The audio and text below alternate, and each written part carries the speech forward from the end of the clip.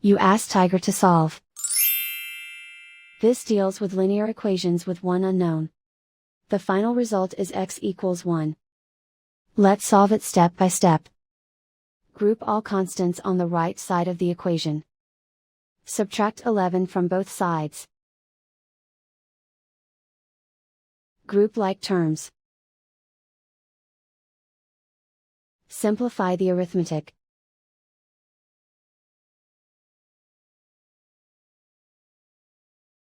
Convert the x into a positive number.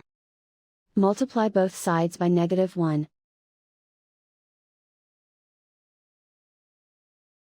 Remove the ones.